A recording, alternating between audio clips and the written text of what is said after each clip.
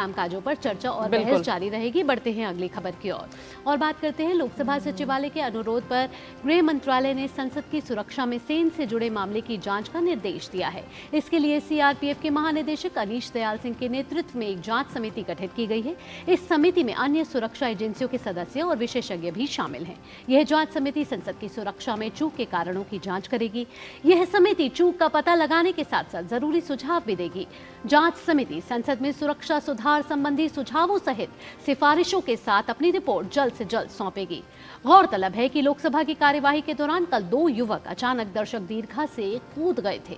जब ये घटना हुई उस समय लोकसभा में बीजेपी सांसद खगेन मुर्मू अपनी बात रख रहे थे। इन युवकों के पास कलर स्मोक था। सदन में मौजूद सांसदों ने दोनों आरोपियों को पकड़ते हुए सुरक्षा कर्मियों के हवाले कर दिया। वहीं रंग गुलाल के साथ प्रदर्शन कर रहे 2 आरोपियों को ट्रांसपोर्ट भवन के सामने दिल्ली पुलिस ने हिरासत में ले लिया।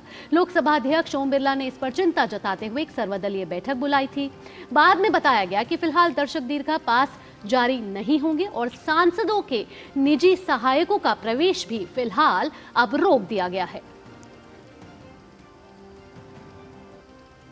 संसद में सेंध लगाने वाले सभी आरोपियों के खिलाफ दिल्ली पुलिस की स्पेशल सेल ने एफआईआर दर्ज कर ली है। वहीं स्पेशल सेल ने सभी आरोपियों के खिलाफ unlawful activities prevention act UAPA के तहत एफआईआर दर्ज की है। इस मामले में स्पेशल सेल ने कई टीमें भी गठित की है। स्पेशल सेल की फोरेंसिक टीम भी जांच में शामिल होगी। सभी आरोपियों के फोन जब्त करने को लेकर स्पेशल सेल लगातार छापे मार रही है। संसद की सुरक्षा चूक के बाद एक बड़ा फैसला ये हुआ कि जांच पूरी होने तक विजिटर पास बंद कर दिए गए हैं। और ज्यादा जानकारी के लिए हमारे संवाददाता नीरज सिंह हमारे साथ जुड़ चुके हैं फोन लाइन पे। नीरज, सुप्रभात। जिस तरीके से संसद की सुरक्षा में सेंध लगी है, आप जांच समिति गठित कर दी गई है। अब ये जांच समिति का क्या काम रहेगा और जो ये यूएपीए के तहत मामला दर्ज किया गया है उसको किस तरीके से समझा जाए? देखिए, इसको समझने के लिए आप इस तरीके से देखें कि जिस तरीके से संसद की सुरक्षा के साथ खिलवाड़ किया गया, इन लोगों की मंशा क्या थी, क्या ये लोग किसी बड़ी वारदात को अंजाम देने के लिए इस तरह की एक जो डमी प्रैक्टिस है वो कर रहे थे। पिछले कुछ समय से इनकी जो एक्टिविटीज हैं, जैसे कि जो जानकारी निकल कर आ रही है दिल्ली पुलिस की स्पेशल सेल इनसे जो पूछताछ कर रही है, इन्होंने बाकायदा इसके लिए प्री प्लानिंग की थी। और इसमें जो सागर जो आरोपी है वो इससे पहले भी संसद भवन आने की कोशिश कर चुका है। हालांकि वो संसद भवन अंदर नहीं पहुंच पाया था, लेकिन गुरुग्राम में 5 लोग बैठते हैं और 5 लोग इस तरह की जो साजिश है वो उसको अंजाम देते हैं। गुरुग्राम से भी 2 लोगों को दिल्ली पुलिस की स्पेशल सेल ने हिरासत में लिया है।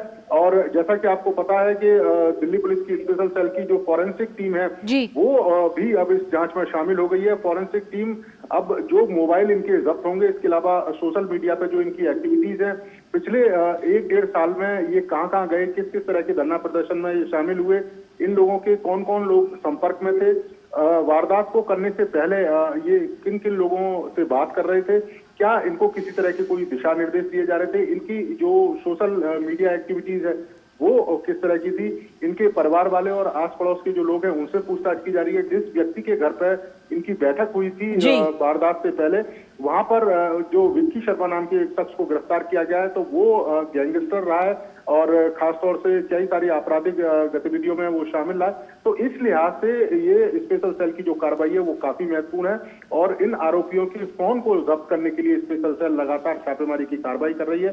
दिल्ली पुलिस, इसके अलावा जो उत्तर प्रदेश पुलिस है, गुरुग्राम पुलिस है, पंजाब पुलिस है, उसके लगातार संपर्क में है और इनकी तमाम एक्टिविटीजों को खंगालने की कोशिश की जा रही है। जी नीरज, क्या अभी तक इस पूरे मामले में कोई भी लिंक निकलकर सामने आ पाया है कि आखिर इन लोगों का मकसद क्या था, किस मकसद से ये संसद भवन के अंदर पहुंचे थे?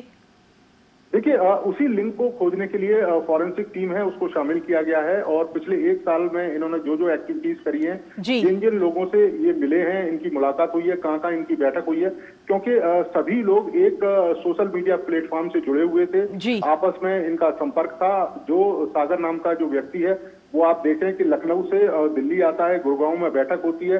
इसके अलावा जो दूसरे लोग हैं वो भी अलग अलग जगह से आकर गुड़गांव में एकत्र होते हैं और इस तरह की जो साजिश है उसको अंजाम देते हैं। अब सवाल ये है कि ये स्मोक क्रैकर लेकर गए थे अंदर अब कहीं ऐसा तो नहीं कि ये कोई डमी प्रैक्टिस थी या कोई बड़ी वारदात को अंजाम देने के लिए इस तरह की कोई प्लानिंग की जा रही थी कि सुरक्षा में क्या क्या खामियां हैं उसको देखा जाए और क्या क्या कर सकते हैं उसकी पड़ताल की जाए।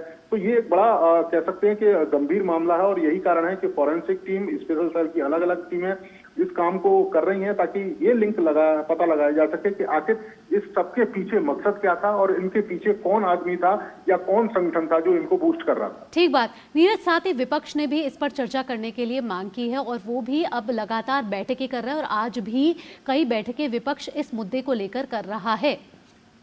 देखिए बिल्कुल, क्योंकि संसद भवन में अगर सुरक्षा चूक हुई है तो वो सभी के साथ है, चाहे वो सत्ता पक्ष हो और विपक्ष हो। और आपने देखा भी है कि किस तरीके से जब दो व्यक्ति वहां बेल में कूदते हैं और एक व्यक्ति वहां पर स्मोक क्रैकर उसका इस्तेमाल करता है तो सभी जो सांसद हैं, चाहे सत्ता पक्ष के हों या विपक्ष के हों, उन सभी ने मिलकर उसको पकड़ा था और फिर बाद में जो सुरक्षा अधिकारी हैं उनको सौंपा था। तो इस लिहाज से देखें तो संसद सबकी है, इसमें सत्ता पक्ष और विपक्ष शामिल है और यही कारण है कि ये एक गंभीर चुनौती है और उस चुनौती से कैसे निपटा जाए, भविष्य में किस तरह की जो हमारी एजेंसियां हैं वो काम करें, इसके अलावा हमारी सुरक्षा के किस तरह के उपकरण है, क्योंकि अब ये भी बात निकलकर सामने आ रही है कि कुछ अत्याधुनिक उपकरणों को लगाया जाए ताकि कोई भी व्यक्ति अंदर घुसे तो इसको स्कैन किया जा सके। तो निश्चित तौर पर सत्ता पक्ष और विपक्ष दोनों ही इस मुद्दे पर संवेदनशील है और एक बेहतर परिणाम के लिए लगातार बैठकें कर रहे हैं। जी बिल्कुल नीरज, एक सवाल और मैं आपसे लेना चाहूंगी कि जिस तरीके से देखा जाए तो अब इस कल की जो पूरी घटनाक्रम सामने आया उस घटनाक्रम के बाद में कई सारे अहम फैसले अब लिए गए। विजिटर्स की एंट्री जो है वो बंद कर दी गई है, साथ ही जो सांसद उनके निजी सहायक उनकी भी एंट्री इस वक्त बंद कर दी गई है। देखिए ये जरूरी था क्योंकि आप देखें कि जो विजिटर के कार्ड लेकर ही जो पास है उसको लेकर ये लोग अंदर गए थे और इस तरह की इन्होंने गंभीर वारदात को अंजाम दिया था। पूरी देश ने देखा था कि किस तरीके से इन्होंने सुरक्षा को धता बताते हुए अंदर घुसे। तो अब जो विजिटर कार्ड है वो कैंसिल कर दिए गए, पास नहीं मिलेंगे, उनके सहायक हैं वो भी नहीं आएंगे। सुरक्षा की दृष्टि से चूंकि सीआरपीएफ के जो डीजी हैं वो पूरी इस मामले की जांच कर रहे हैं, यही कारण है कि तमाम चीजों को रोक दिया गया है। बहुत बहुत शुक्रिया नीरज, इतनी महत्वपूर्ण जानकारी साझा करने के लिए। तो संसद की सुरक्षा में जो चूक हुई है